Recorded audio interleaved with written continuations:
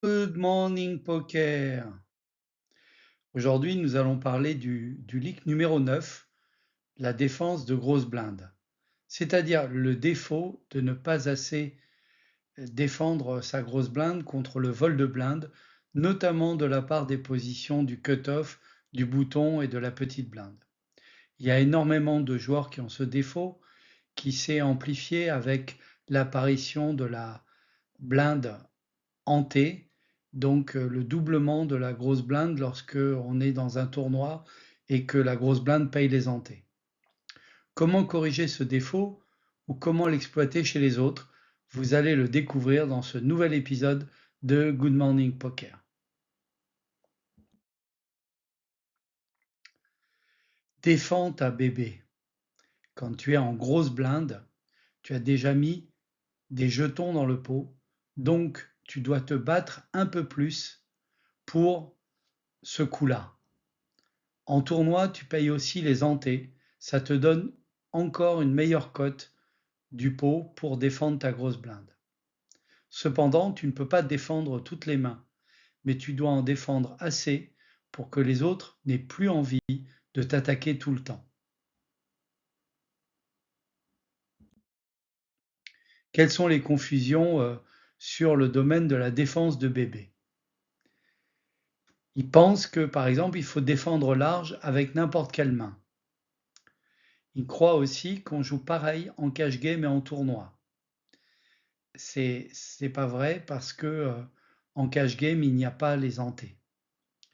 Donc en tournoi, on a le poids des hantés qui n'est plus distribué chez tous les joueurs, mais qui est payé par la grosse blinde. Les hantés changent tout, elles augmentent tes potes odds, ta cote du pot en ta faveur. La troisième confusion, c'est confondre le fait de défendre et le fait de suivre, de call. Défendre, ça veut dire suivre ou relancer, pas juste payer. Donc il y a un certain nombre de mains que l'on va relancer depuis la grosse blinde. Premier exemple, on est en tournoi, les blindes sont à 1000-2000 avec 2000 de bébés hantés, c'est-à-dire que la grosse blinde paye toutes les hantés. Le bouton Open Raise à 5K, c'est-à-dire 2 fois et demi la grosse blinde. Le pot avant ta décision, la petite blinde a payé 1K, la grosse blinde 2K et l'hanté, grosse blinde aussi 2K. On a donc 5K plus un open du bouton de 5K. Le pot fait donc en tout 10K. Tu as déjà mis 2K car les hantés ne comptent plus dans ta mise. Il te reste 3K à payer dans un pot qui en fait 10. Ta cote du pot est donc de 3K sur 10 plus ta propre mise 3, 3 treizièmes, c'est-à-dire environ 23%. Tu dois donc gagner le coup 23% du temps pour que ton call soit EV0, que tu sois break-even, que ça soit indifférent. C'est une bonne cote qui te permet de suivre ou de relancer avec toutes les mains qui ont 23% ou plus de V dans ton range. Avec un outil de calcul de range, tu pourras déterminer ton range idéal en fonction de la position de ton adversaire.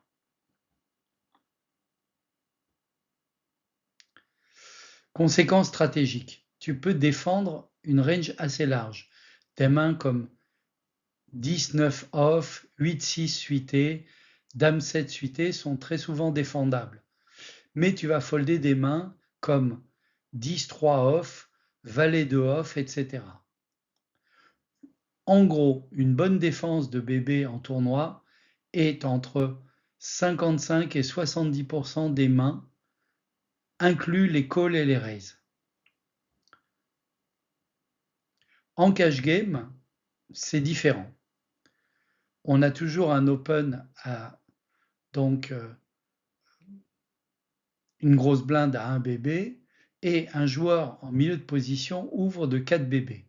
On a donc, pour simplifier, une bébé de la petite blinde, une bébé de la grosse blinde et 4 blindes d'open, soit 6 bébés, enfin 5,5, 6 bébés. Tu dois ajouter 3 bébés, puisque tu as déjà mis une pour voir le flop. Ta cote du pot est donc de 3 sur 6 plus 3, 3 neuvièmes égale 1 tiers. Donc tu dois gagner le coup au moins un tiers du temps pour être break-even, pour avoir un EV égal à 0. C'est moins avantageux qu'en tournoi, et donc tu ne peux pas défendre autant des mains marginales. Tu vas fold des mains faibles et peu connectées avec un kicker bas, comme Dame 4 off ou Valet 6 off, et même des mains comme 9-4 suité vont être foldées, alors que tu aurais pu les suivre en tournoi, avec ante, bébé. La position également entre en ligne de compte pour évaluer contre quel range on se bat. Plus la position est précoce de celui qui a ouvert, plus le range adverse est serré, plus notre équité sera faible. En cash game, tu vas défendre 60 à 65% des mains en open standard, mais avec un range plus sélectif. Les pots sont moins gros et les stacks sont plus profonds, et donc moins urgent de se battre pour les petits pots, contrairement au tournoi. On va faire un exemple avec un range de grosses blindes contre un open du bouton. Dans ce range de défense, il y a 15% des mains qui 3-bet, c'est l'image à droite, donc de toutes les paires à partir de paire de 5 jusqu'à paire d'as. Donc c'est un 3-bet, hein, c'est un raise, un re-raise, et 50% des mains qui call, c'est les mains à gauche, ce qui complète le range de 3 bêtes qu'on voit à droite. Donc ça veut dire énormément de mains. En gros, 65% des mains au total. J'ai fait ce calcul avec Flopzilla. Et donc 50% des mains qui call et environ 15% des mains qui 3 bêtes.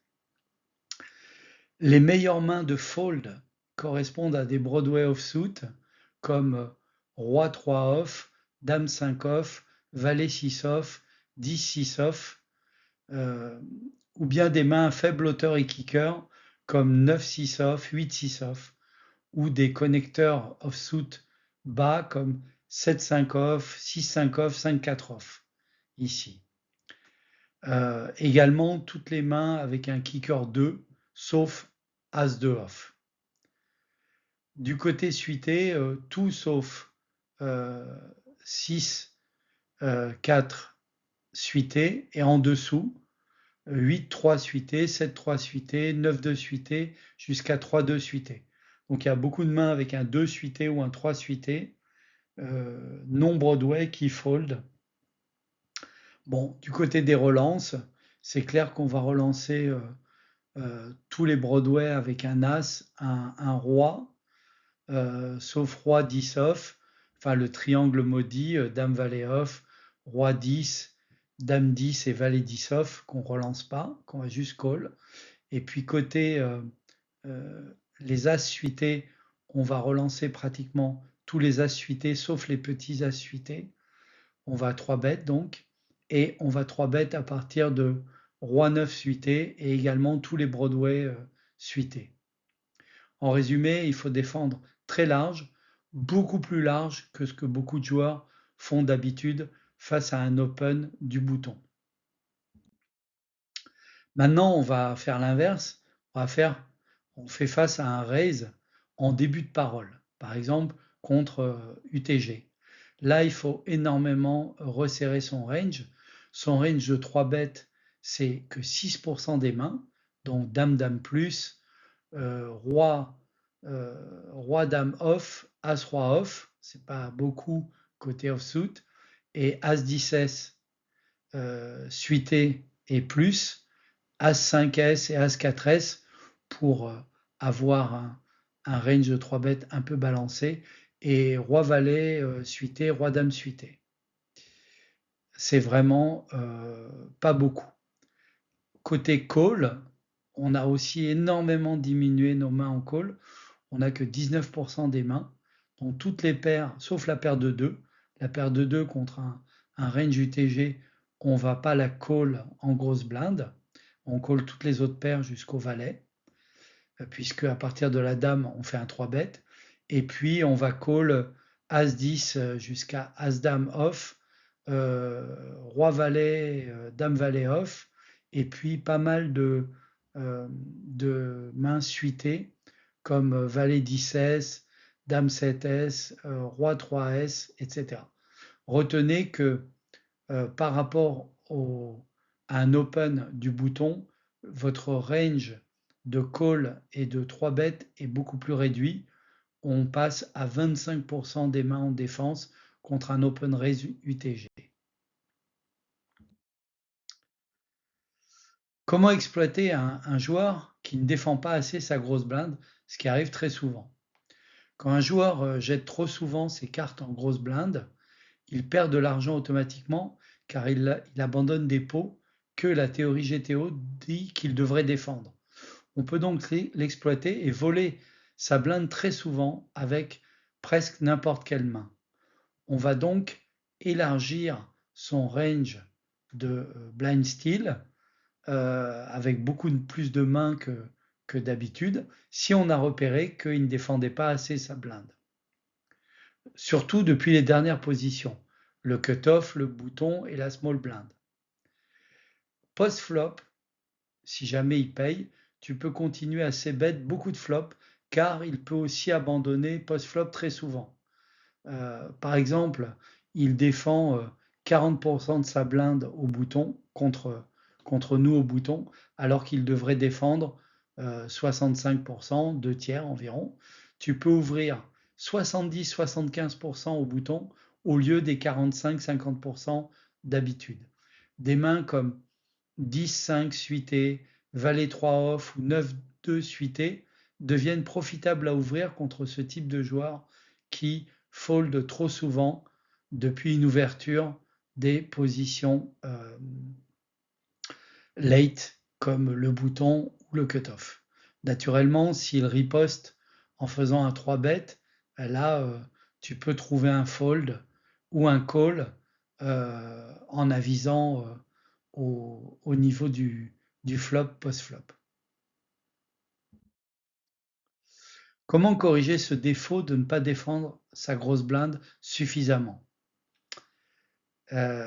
C'est pas facile, mais on peut le corriger et en tous les cas, c'est extrêmement pertinent, surtout en début et en milieu de tournoi, et également aussi en cash game, mais c'est surtout en tournoi quand il y a une blinde au niveau de la supplémentaire sous forme d'anté au niveau de la grosse blinde. Donc, il y a 4 actions à faire. La première, c'est de calculer la cote du pot offerte. Donc, cette cote du pot, tu dois comparer le montant total à payer au total du pot. Plus les antés sont importantes, plus tu dois défendre.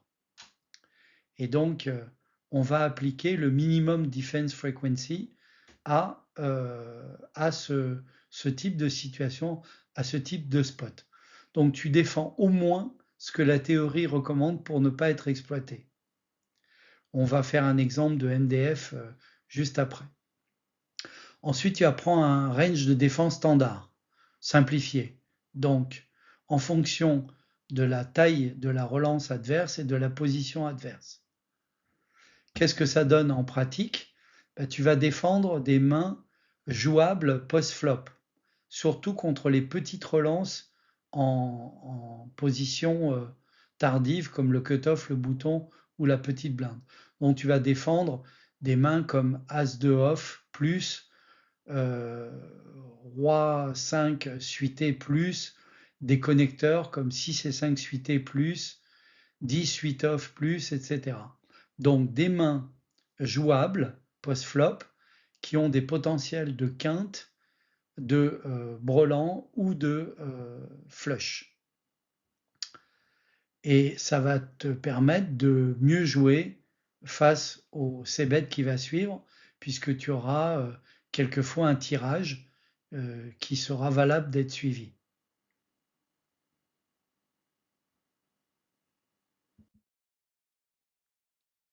Alors, on va parler maintenant du concept de MDF, Minimum Defense Frequency. Bon, ce concept de Minimum Defense Frequency s'applique en réalité dans les situations où tu fais face à un bet post-flop et non pas pré-flop. Mais on peut l'utiliser comme principe général pour le pré-flop, pour la défense de blinde. Tu dois défendre suffisamment souvent pour ne pas être exploité. Donc il faut que le fait de payer ou de ne pas payer soit indifférent. Le fait de folder ou de payer soit indifférent par rapport aux deux joueurs. Une bonne défense en BB, je te la fais brève, est entre 55 et 70% des mains suivant la profondeur du tapis. Donc le MDF, c'est la fréquence minimale à laquelle tu dois défendre pour ne pas te faire exploiter. Quelle est la formule du MDF? C'est le pot divisé par le pot plus la mise qui a été faite par ton adversaire. Cela te donne une fréquence minimale de call ou raise combiné. Donc raise est inclus dans le total pour empêcher l'autre joueur de bluff en toute impunité. On va faire un exemple. Le pot fait 10 000 en tournoi, en T incluse, et notre propre mise en BB incluse. L'adversaire mise 5 000, donc un demi-pot. Le MDF est égal à 10 000 sur 10 000 plus 5 000 égale 15 000. 10 000 sur 15 000 égale 2 tiers, égale 66%. Tu dois défendre au moins 66% de ton range dans cette situation. Comme là on est pré-flop, ça correspond à 66% de tout le range. Tu vas enlever des mains qui sont pas très bonnes post-flop et tu vas ajouter des mains qui se comportent bien post-flop. Ça ne veut pas dire que tu dois suivre avec 66,6%, 2 tiers de tes mains, mais que globalement, sur le long terme, sur l'ensemble des coups, tu dois call ou raise avec 2 tiers des mains dans cette situation et folder un tiers. Sur un spot donné où tu as une main qui n'est pas terrible pour jouer post-flop, tu vas folder alors qu'elle fait partie de ton range de 2 tiers, mais tu vas intégrer une autre fois une main qui se comporte bien post-flop, comme par exemple 5 et 4 suités, que tu n'aurais pas mise forcément, ou 9 et 8 off, que tu n'aurais pas forcément mise dans ton jeu de défense, dans ton range de défense. Attention, il y a également, il faut que tu tiennes compte de ton seuil de push or fold. Ce calcul-là, il est valable tant que tu es profond et tant que tes adversaires sont profonds. C'est-à-dire que le stack effectif du joueur le plus bas, donc, n'est pas dans un seuil de push or fold. Parce qu'ensuite, post-flop, tu vas devoir continuer à jouer. Et si tu es dans un seuil de push or fold, il faut appliquer non pas le minimum defense frequency par rapport à ta BB, mais ton seuil de push or fold. Donc, tu as des mains que tu vas push directement au niveau de ta grosse blinde par rapport à la taille du pot déjà atteinte. Alors, combien je dois faire en termes de défense et quelle mnémonique je peux utiliser pour ça?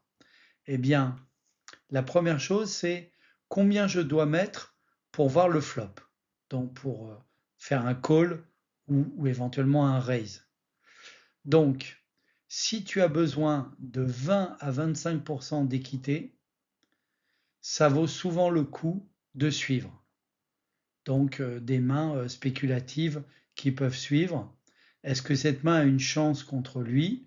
Eh bien, des mains suitées, des mains connectées, une paire, un as, tout ça, c'est assez d'équité pour jouer post-flop.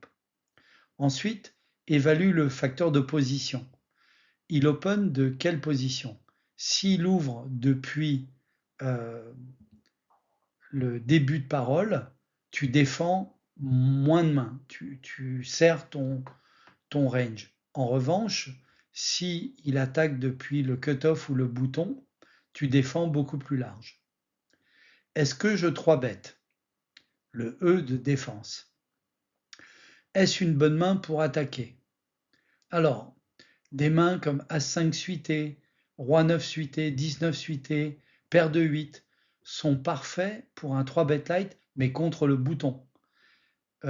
Naturellement, toutes les mains très très fortes sont des candidates à 3-bet, mais tu dois varier en rajoutant des 3-bet light, comme par exemple 10 et 9 suité, pour ne pas avoir un 3-bet trop linéaire depuis la grosse blinde. Si tu ne 3-bêtes jamais, tu seras trop lisible et donc tu vas caper ton range avec un call, même avec une grosse main. Et donc les gens sauront si tu as un range capé ou si tu slow play par exemple en faisant un call depuis la grosse blinde avec les rois ou les dames. Ensuite, ça dépend du niveau du joueur en face. Est-ce que c'est un reg, un joueur régulier, un joueur qui euh, comprend ce qu'il fait, ou est-ce que c'est un fiche? Est-ce que c'est un joueur très loose, qui open beaucoup, contre un joueur weak, un fiche, un joueur qui est très loose, tu call large et après tu peux même envisager de bluff post-flop. Contre un joueur solide, défend plus stratégiquement, évite de rentrer dans des coups avec des mains un peu borderline. Le S de défense, quelle est la structure de ma main? Est-ce que ma main peut évoluer post-flop? Les connecteurs suités ont un beau potentiel et en revanche, les hauteurs roi et dame sont des mains qui sont faibles off-suit. C'est un piège post-flop et il faut souvent les fold. Donc, privilégie les as et les connecteurs suités ou les mains avec un potentiel de flush. Quel est ton engagement post-flop? Quel est ton plan post-flop? Sais-tu ce que tu vas faire après? Est-ce que tu vas check call, son c-bet? Est-ce que tu vas float donc et miser turn? Est-ce que tu vas abandonner si tu touches rien? C'est des questions que tu devras te poser d'ores et déjà avant même ton call. Par exemple, si tu as une paire de 3 et que tu ne vas pas toucher de brelan de 3 au flop, eh bien tu vas déjà planifier que tu vas abandonner euh, au flop sur son c-bet et tu vas pas continuer. Alors, je vous ai fait un exemple d'application rapide parce que il faut évidemment pas prendre trop de temps, surtout en online, pour savoir si on va défendre sa grosse blinde ou pas. Donc j'ai fait un thinking process de 10 secondes. Euh, Combien je dois mettre pour voir le flop? Bon, ben, le bouton il open de 2,2 bb. Je suis en bb, je dois rajouter 1,2 bb. Le pot fait 5,4 bb. J'ai donc une bonne cote et mon minimum defense frequency est OK avec 9 et 7 suités parce que c'est suité et connecté, gapé. C'est quelqu'un qui open lose, le N de défendre. Donc, je peux défendre. C'est une main à potentiel parce elle est suitée, elle est connectée gapée. Je call et j'avise au flop si je touche quelque chose ou pas pour suivre. Voilà comment je vais décider rapidement de suivre ou pas par rapport à un jeu dans la grosse blinde, une défense de grosse blinde. Bon, est-ce que je 3-bet ici? La réponse est non, parce que ça ne fait pas partie du range de 3-bet, malgré le fait que ce joueur-là euh, est un joueur faible. Voilà.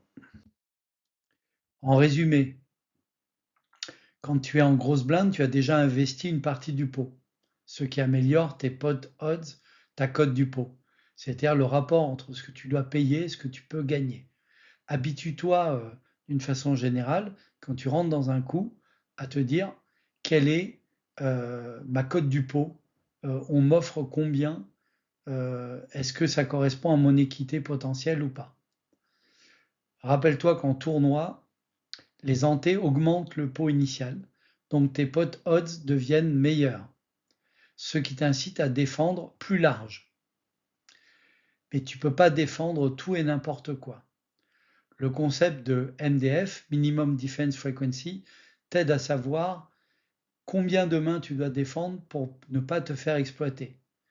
Si tu jettes trop souvent, les autres peuvent te voler ta blinde sans risque.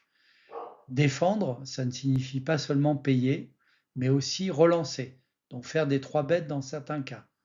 Le bon équilibre dépend de ta main, de la position de l'attaquant, de la taille de sa relance, de ton stack, etc.